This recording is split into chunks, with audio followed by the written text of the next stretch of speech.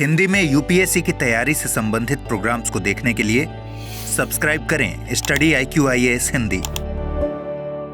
नमस्कार, study IQ IAS Hindi platform पर आपका स्वागत है। दोस्तों, आज हम लोग मुद्दे की बात कार्यक्रम में फीफा विश्व कप के बारे में बातचीत करने वाले हैं।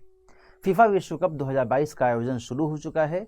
आज से यानी 20 नवंबर से इसका आयोजन कतर में हो रहा है और कब तक यह चलेगा तो 18 दिसंबर तक इसका आयोजन होगा। यहाँ पर इस संदर्भ में कुछ बातें जानना आपके लिए महत्वपूर्ण हो जाती हैं। ये क्या क्या बातें हैं और इन बातों के कॉन्टेक्स्ट में क्या कुछ महत्वपूर्ण गतिविधियां चल रही हैं, इस पर भी आज की चर्चा में हम लोग बातचीत करेंगे। ठीक है, यहाँ सामने आप पैनल पर देख रहे होंगे, एक मैंने हेडिंग बनाया हुआ है और ये हेडिंग है कि क्या कतर को फुटबॉल विश्व कप की मेजबानी देना गलत था। ये बात किसने कही है ना? फुटबॉल विश्व कप की मेजबानी कतर को दी गई, तो ये मेजबानी किसने दी और कब दी, ये जानना जरूरी है। और इस संदर्भ में जो इस निर्णय की बात चल रही है कि यह एक गलत निर्णय था, ये किसने कहा, ये जानना जरूरी है। ठीक है, पहली बात तो ये है कि फीफा के द्वारा इस विश्व कप का आयोजन किया जाता है। ठीक है, सबसे बेसिक बात तो आपको ये समझनी है ना, FIFA फीफा। ठीक है, इसका पूरा नाम क्या होता है? फेडरेशन इंटरनेशनल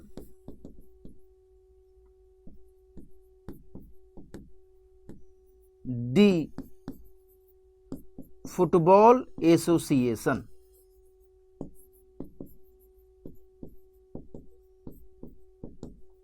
ठीक है, तो इस संगठन के द्वारा, इस संस्था के द्वारा इस वर्ल्ड कप का आयोजन किया जाता है हर 4 साल में। क्लियर? ये मेरे ख्याल से आपको पता भी होगा। इस कतर विश्व कप का जो आयोजन किया जा रहा है इस वर्ष, इसके बारे में 2010 में ही तय कर दिया गया था। कब? तो 2010 में ही, है ना। और उस समय जो फीफा के पूर्व अध्यक्ष हैं सेप ब्लैटर, उस समय इसके अध्यक्ष के तौर पर काम कर रहे थे, है ना। इनका नाम है सेप ब्लैटर, जिनकी तस्वीर आप सामने स्क्रीन पर देख रहे हैं। और सेप ब्लैटर महोदय ने ही हाल के समय में ये बातें कही कि कतर को इस विश्व कप की मेजबानी देने का जो निर्णय लिया गया था उस दौरान वह एक गलत निर्णय था। क्यों ये बातें कही, इससे संदर्भित क्या कुछ तथ्य है, इसके बारे में हम आज की चर्चा में समझेंगे। और साथ ही ये भी समझने की कोशिश करेंगे कि हाल के समय में कतर में फुटबॉल विश्व कप के संदर्भ में जो आलोचनाओं का बाजार देखा जा रहा है अलग अलग मुद्दों को लेकर के, वो क्या कुछ कहता है और इससे संदर्भित इसके पक्ष में या फिर विपक्ष में क्या कुछ तर्क सामने देखे जा सकते हैं। ठीक है, यहाँ पर मैं आपको शुरुआत में ही बता दूं कि भारत जो है इस विश्व कप में पार्टिसिपेट नहीं कर रहा है ना। भारत एज अ टीम इस विश्व कप में हिस्सा नहीं ले रहा है, लेकिन भारत के उपराष्ट्रपति श्री जगदीप धनखड़ जो हैं वो इस विश्व कप में, इस विश्व कप के आयोजन के उद्घाटन समारोह में पार्टिसिपेट करने के लिए गए हैं। ठीक है, ये चीजें यहाँ पर आपको समझ लेनी है। भारत केवल एक बार वर्ष 1950 में इस विश्व कप के लिए, फुटबॉल विश्व कप के लिए क्वालिफाई किया था, लेकिन वह नहीं उसमें पार्टिसिपेट कर सका था। उससे संबंधित कुछ अन्य पहलू हैं, उससे संबंधित कुछ अन्य पक्ष हैं, उस पर आज हम चर्चा नहीं करेंगे। बस एक जानकारी के लिए मैंने आपको ये बता दिया। ठीक है, आइए अब हम इसको थोड़ा सा आज की चर्चा को टर्न करते हैं कतर की ओर। कतर के संदर्भ में मैं आपको बताऊं कि कतर में फुटबॉल विश्व कप का जो यह आयोजन है ये 20 नवंबर से कब तक हो रहा है? 18 दिसंबर तक। ठीक है, लगभग 29 दिनों तक यह आयोजन चलने वाला है। अर्जेंटीना में वर्ष 1978 में बहुत ही कम अवधि के लिए आयोजन किया गया था और उसके बाद कतर में ही ऐसा यह कम अवधि का आयोजन हो रहा है। क्लियर? और यहाँ पर एक और विशेष बात आपको जानने के लिए महत्वपूर्ण है कि कतर जो है पहला खाड़ी देश है जहां पर कि फुटबॉल विश्व कप का आयोजन हो रहा है ना। एक गल्फ कंट्री है, खाड़ी देश है। इसको आप यहाँ पर मानचित्र के माध्यम से देख सकते हैं। ये है कतर, जो कि फारस की खाड़ी के बगल में है। यहाँ पर बहरीन है, यहाँ पर सऊदी अरब है, यहाँ पर संयुक्त अरब अमीरात है। ये सभी देश इसके आजू बाजू में है और कतर यहाँ पर एक देश के तौर पर यहाँ आपको दिख रहा है। ठीक है, तो इसके संदर्भ में एक विशेष बात तो यही हो गई कि पहले खाड़ी देश के तौर पर कतर को यहाँ पर इंगित किया जा सकता है, जहां पर फुटबॉल विश्व कप का आयोजन किया जा रहा है। क्लियर? अब हम इसको आगे बढ़ाते हैं चर्चा को और समझते हैं कि कतर की अलग अलग आधारों पर आलोचना की जा रही है, अलग अलग आधारों पर। ठीक है, जिसमें से एक आधार के बारे में मैंने शुरू में ही आपको संकेत कर दिया है।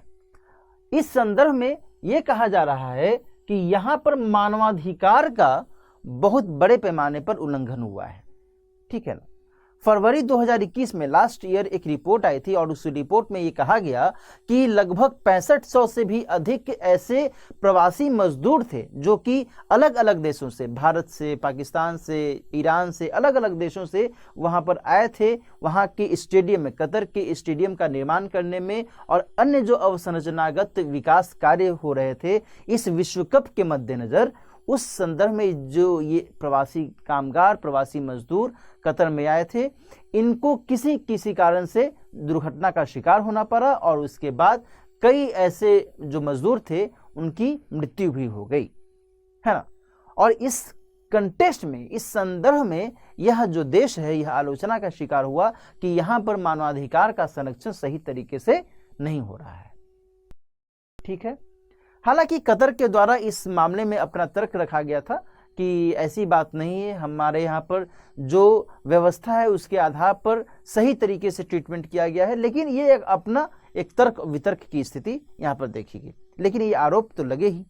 ठीक है, दूसरी बात ये कि बियर बिक्री पर प्रतिषेध, है ना, बियर बिक्री को यहाँ पर बैन किया गया है इस फुटबॉल विश्व कप के दौरान, है ना। जो स्टेडियम है जहां पर भी इस विश्व कप का आयोजन होगा, कतर के 8 ऐसे स्टेडियम की पहचान की गई है जहां पर मैच होंगे अलग अलग दिनों में, है ना। तो उन स्टेडियम्स में बियर ले जाने की, बियर का इस्तेमाल करने की, इसका सेवन करने की अनुमति नहीं दी गई है। ठीक है, और इसको लेकर करके एक आलोचना की स्थिति देखी गई है कतर के अगेंस्ट में कि यहां पर इस तरीके से पाबंदियां लगाई जा रही हैं। जो फुटबॉल के फैंस हैं, जो फुटबॉल प्रेमी हैं, उनके साथ इस तरीके से यदि बर्ताव किया जाएगा कि भाई आपको बियर नहीं पीना है, आप कम छोटे कपड़े पहन करके नहीं आ सकते हैं, तो इन स्थितियों को लेकर करके भी इसकी आलोचना की जा रही है।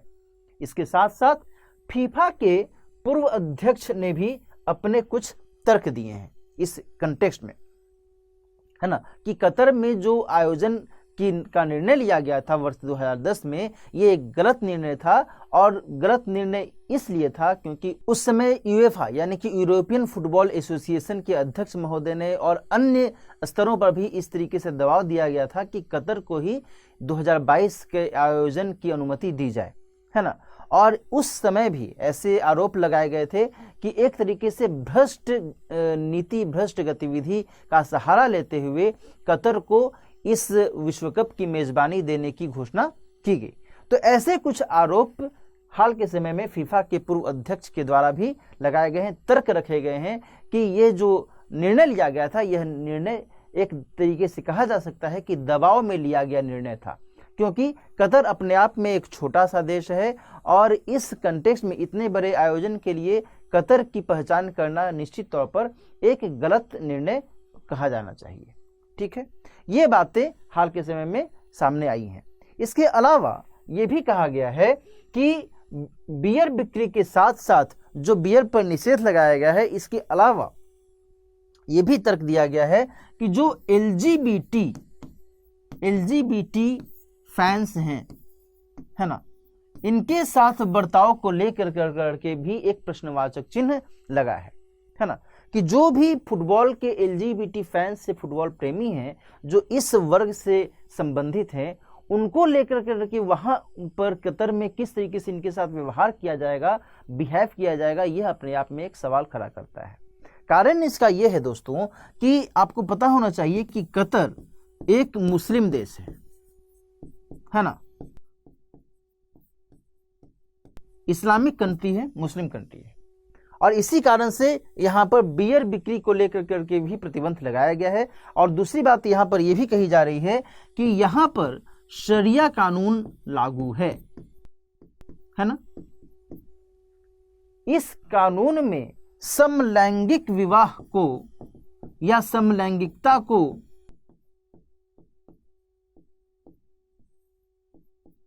मान्यता नहीं दी गई है इस कानून के अंतर्गत। और ऐसे में एलजीबीटी से संबंधित जो भी फैंस हैं, जो भी फुटबॉल प्रेमी हैं, इनके साथ एक दुर्व्यवहार की स्थिति भी देखी जा सकती है। और इन्हीं कारणों से यहाँ पर कतर की आलोचना की जा रही है। क्लियर? तो ये सभी कुछ ऐसे पक्ष हैं जिसको लेकर करके आजकल अलग अलग समाचार पत्रों में, न्यूज चैनल्स पर भी ये तस्वीरें देखी जा रही हैं, है ना। इन सभी क्रियाओं प्रतिक्रियाओं, वाद विवाद, आरोप प्रत्यारोप के बीच में आज से कतर में इसका आयोजन शुरू हो चुका है। आज कतर और इक्वेडोर के बीच में पहला मैच भी हो रहा है। क्लियर? अच्छा, यहाँ पर थोड़ा सा और हमें समझने की आवश्यकता है कि इस पूरे मामले में एक जो दूसरा एंगल है वो क्या कहता है। दूसरा एंगल ये है कि फीफा के जो वर्तमान अध्यक्ष हैं गियानी इन्फेंटिनो,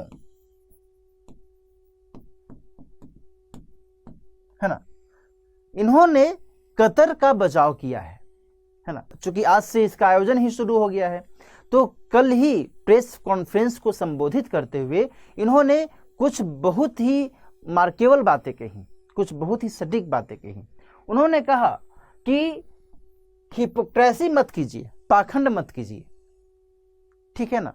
इन्होंने जो भी लोग इस तरीके से आलोचना कर रहे हैं कतर की कि यहाँ पर मानवाधिकार का उल्लंघन हो रहा है, तो यहाँ पर बियर ले जाने पर निषेध लगाया जा रहा है, तो LGBTQ के जो फैंस हैं उनके अगेंस्ट में दुर्व्यवहार की स्थिति हो सकती है, ये सब जो आलोचनाएं की जा रही हैं, या फिर फीफा के पूर्व अध्यक्ष के द्वारा जो एक तर्क दिया गया कि उसे मेजबानी का निर्णय ही गलत तरीके से दिया गया था, ये सभी जो बातें हैं इनका खंडन करते हुए इन्होंने कहा कि पाखंड मत कीजिए, है ना। यदि हम अपने आप को देखें, चूंकि ये जो महोदय हैं गियानी इन्फेंटिनो, ये स्विट्जरलैंड से बिलोंग करते हैं। स्विट्जरलैंड एक यूरोपीय देश है। तो इन्होंने ये तर्क दिया कि यूरोप ने बीते 3000 सालों में जो गतिविधियां की, जो अपराध किए, वो हमें अगले 3000 साल तक उसका भुगतान करना होगा, है ना। तो ऐसा नहीं है कि हम सभी दूध के धुले हैं, है ना। मोटी बात तो यही है कि इन्होंने ये कहा कि हम सभी दूध के धुले नहीं हैं। हर समय अंतराल में, हर कालखंड में किसी ने किसी स्तर पर कोई न कोई गलतियां की हैं। और ऐसा नहीं है कि कतर में ही केवल आप जो आरोप लगा रहे हैं कि यहीं पर मानवाधिकार का उल्लंघन हुआ है इसलिए हमें इसका बायकॉट करना चाहिए, तो ऐसी बात नहीं है। बल्कि चीन में भी ऐसी स्थितियां देखी गई हैं, ईरान में भी ऐसी स्थितियां देखी गई हैं, सऊदी अरब में भी ऐसी स्थितियां देखी गई हैं जहां पर मानवाधिकार का किसी न किसी पैमाने पर उल्लंघन होता रहा है, और वे सभी विश्व कप में पार्टिसिपेट करते रहे हैं, है ना। तो ये जो तर्क दिया जा रहा है, ये तर्क निरर्थक है, निराधार है, ठीक है। इन्होंने ये बातें कही हैं। इसके साथ साथ इन्होंने ये भी कहा है कि हमने जो भी फैसले लिए हैं, ऐसा नहीं है कि केवल कतर सरकार ने ही अपना एक स्वच्छंद निर्णय लिया है, इंडिपेंडेंट निर्णय लिया है इस पूरी गतिविधियों के संदर्भ में, बल्कि फीफा और कतर इन दोनों ने मिलकर करके संयुक्त रूप से सहमति के साथ में इन गतिविधियों के संदर्भ में निर्णय लिया है ना। तो ये सब बातें इन्होंने कही हैं, ठीक है ना। इसके अलावा इन्होंने ये भी कहा है कि कतर में कतर और फीफा, है ना, कतर और फीफा लीगेसी फंड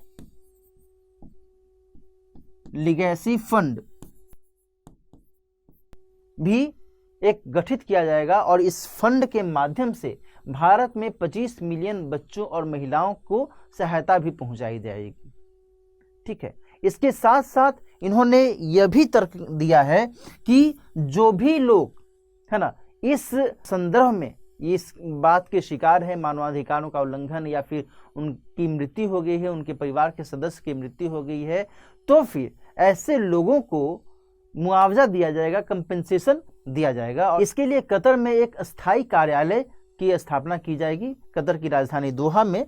और इस अस्थायी कार्यालय के माध्यम से मुआवजा की व्यवस्था भी करवाई जाएगी, जो भी लोग किन्हीं किन्हीं कारणों से दुर्घटना का शिकार हुए हैं, है ना। तो ये सब बातें इन्होंने अपने कल के भाषण में कही, ठीक है ना। तो यहाँ पर ये समझने की बात है कि कतर में जो हाल के समय में गतिविधियां चली हैं, इसके पक्ष में क्या कुछ बातें कही गई हैं, विपक्ष में क्या कुछ बातें कही गई हैं, दोनों के संदर्भ में आज की चर्चा में हमने बातचीत की, है ना। यहाँ पर ये ध्यान देना होगा कि कतर में जो आयोजन हो रहा है, इसमें खेल भावना को बरकरार रखने की आवश्यकता है, खेल भावना को तरजीह देने की आवश्यकता है। ये निश्चित तौर पर सही बात है कि किसी भी देश में किसी भी स्तर पर कोई न कोई ऐसी सकारात्मक या फिर नकारात्मक स्थितियां आती हैं, लेकिन उसके आधार पर केवल हम किसी भी बड़े आयोजन का बहिष्कार करें, यह अपने आप में एक बहुत बड़ी बात हो जाएगी, है ना।